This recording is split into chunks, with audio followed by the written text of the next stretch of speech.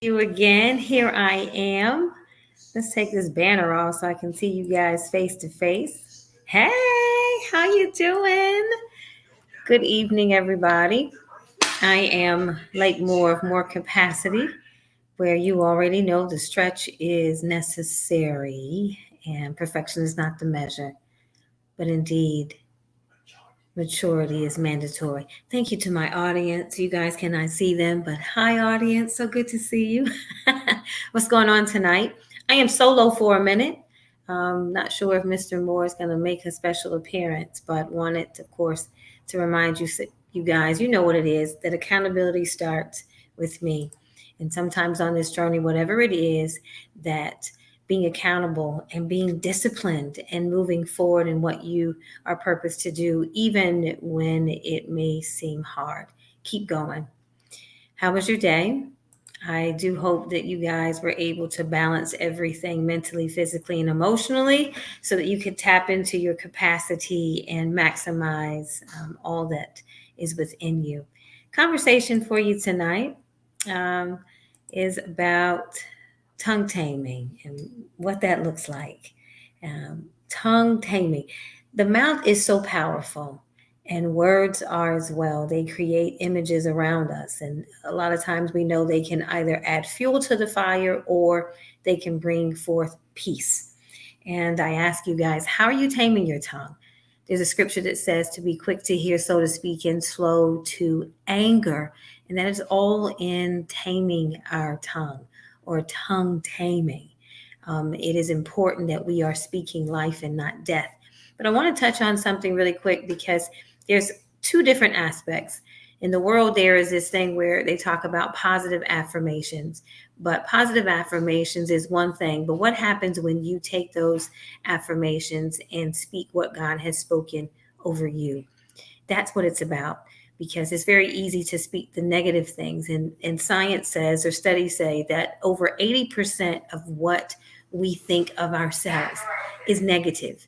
And so um, what we say and what we think, it shapes images, it creates atmospheres. And so we have got to figure out a way to collectively together to change those negative thoughts into positive. So I'm not talking about what the world says about positive affirmation, because that's good and it's very good for self-motivation. But true change starts in the heart, because what you believe, what connects with you, is what will manifest in what you do on a daily basis. So I want to leave with you a couple of scriptures, probably already aware of them, but a couple of things that will help us tame our tongue. And that is Psalms 19 and 14 is not anything that's not familiar, but it says, let the words of my mouth and the meditation of my heart be acceptable in your sight, O Lord, my rock and my redeemer. Literally, before I speak something, before we add fuel to it, or we are adding peace and calmness, let that resonate. Is it worth me saying this? Even though it may be something that I really have an emotional connection to, or even a mental clarity of, is it necessary for that moment? Everything is not necessary to be spoken. Sometimes you just got to chew on that thing and take it to your knees and in prayer. Be very careful, because once we put something out in the world, you cannot take it back. You can apologize and you can correct your behavior, but let's be more accountable in this maturity process, that before we speak it, that we make sure that we understand the repercussions, or how it's going to show up in other people's ears and how it's going to make them feel. Psalms 34 and 13 says, keep my tongue from evil and my lips from speaking deceit. We talked about the authenticity lineup and how it's very important that who we really are, and as we become, that the words that we speak and our actions, that they line up, that we get rid of duplicity, that we're not one way over here and one way with somebody else, but we can be found singular, right? And we can be found consistent in everything that we do. And we want our words to line up just like that. Now, please understand, footnote right here. Once you are aware of what you need to change, that is your responsibility. What people think about your process of change isn't. Yeah, That right there was good for me. So, as you're aware of what you need to change, that is your responsibility. But what people think of your process isn't. Whatever you do, continue on that process. Make sure that you're aware of whatever needs to change and be true to that.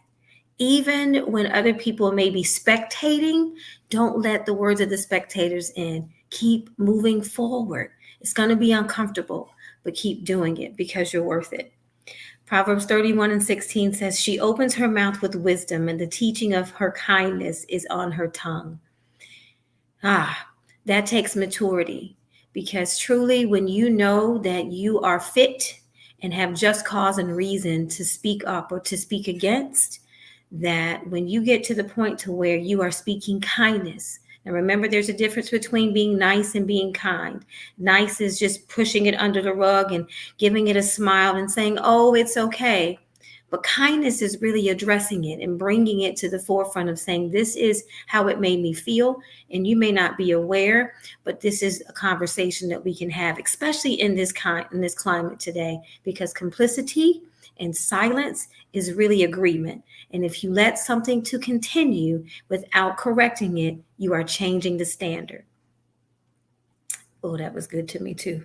And the last one is Proverbs 15:1. It says, a soft answer turns away wrath, but a harsh word stirs up anger.